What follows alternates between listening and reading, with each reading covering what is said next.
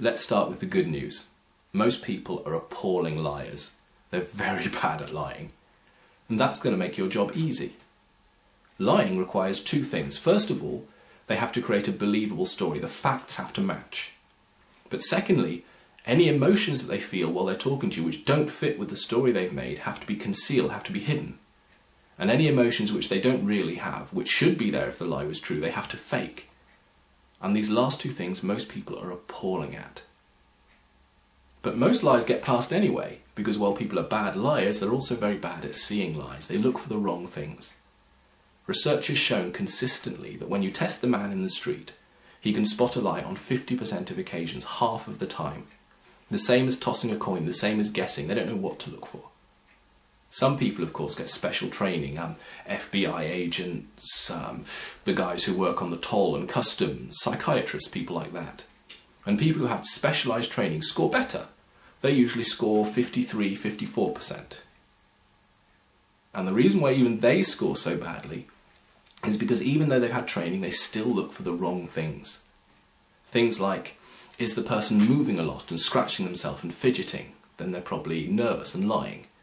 If the person won't look into my eyes, then they're probably nervous and lying. But the research shows us that a liar will actually look at you more than someone who's telling the truth. And the reason why they will have more eye contact is because firstly, they want to see you, they want to look at you to see if you believe what they're saying. And secondly, they know that you think liars look away all the time, so they look at you to try not to look like a liar. And the really interesting one is with the fidgeting, because liars will sit more still than people who are telling the truth. They will fidget less. And the reason for that is that lying requires a lot of brain power. You don't just have to remember what's going on like the truth teller, you have to create it. You have to create a story and then use your memory to check what you've created against reality and make sure that it fits. And then make sure that it fits with that other person's knowledge of reality. And after you've double-checked it, then you can say it. It's a mental gymnastics. And because you're working so much mentally, there isn't enough mental capacity left to be drumming fingers on legs and tapping feet on the floor, fiddling with a pen. So liars will sit stock still because they're working so hard.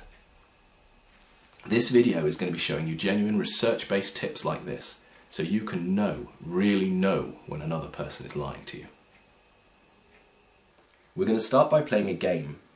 I'm going to show you 3 clips of people talking about their favourite film.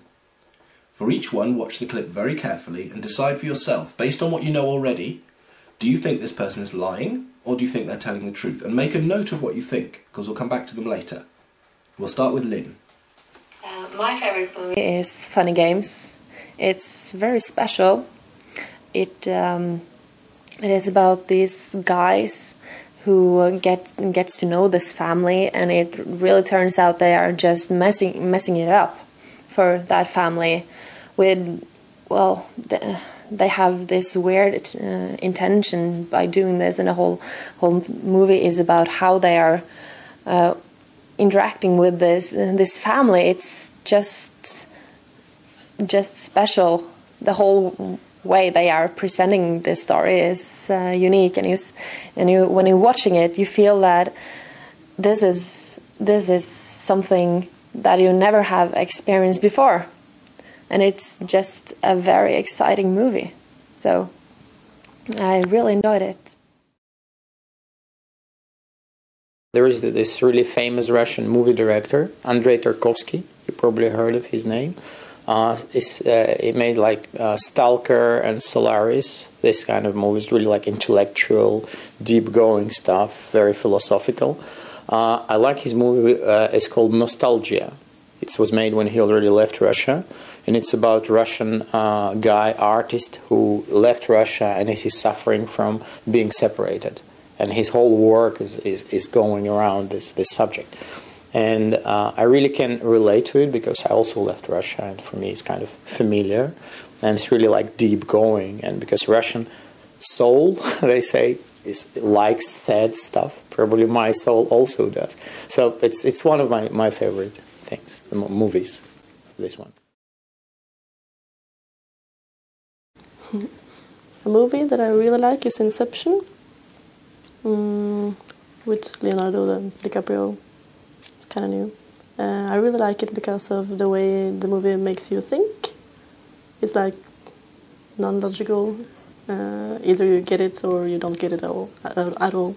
So it really makes you have a totally different view on like everything, all your surroundings. Is it real? Is it that way? Why is it so? You know. So I really like that movie. Most people watching these clips think that Lynn was lying about funny games, that Alex was telling the truth about nostalgia, and that Karina is telling the truth about Inception. Now, at least one of those is wrong, and you can never judge a clip in isolation. You always need what we call a baseline. A person scratching their face all the time while they're trying to convince you of something can seem very nervous. But if you know that that person has eczema, you know that it doesn't matter. So what you need is a clip of that person normally, or you need to know them from before. You need to know how they behave. And then you've got something to compare it to. There's no point trying to judge without something to compare it to. Now I'm going to go through this clip again of Karina and show you a few things that I noticed while we were watching it. A movie that I really like is Inception, with Leonardo DiCaprio. It's kind of new. Okay, first of all, she looks away when she says the name of the film. She doesn't meet the camera with her eyes when she says the title, and she has a questioning tone in her voice. Inception? Almost like she's asking us. She also has a lot of negation in her body language. Shrugging is what we do when we don't care about something, perhaps when it's not even true. And she does this a lot when she's talking about the film. And the other thing she does is she shakes her head. And shaking her head is, of course, our way of saying no. And quite often when we're trying to say yes with our voice and it's not true, our head has to shake so that the truth can come out. The body language will always try to express the truth. Her voice is also quite slow and hesitating.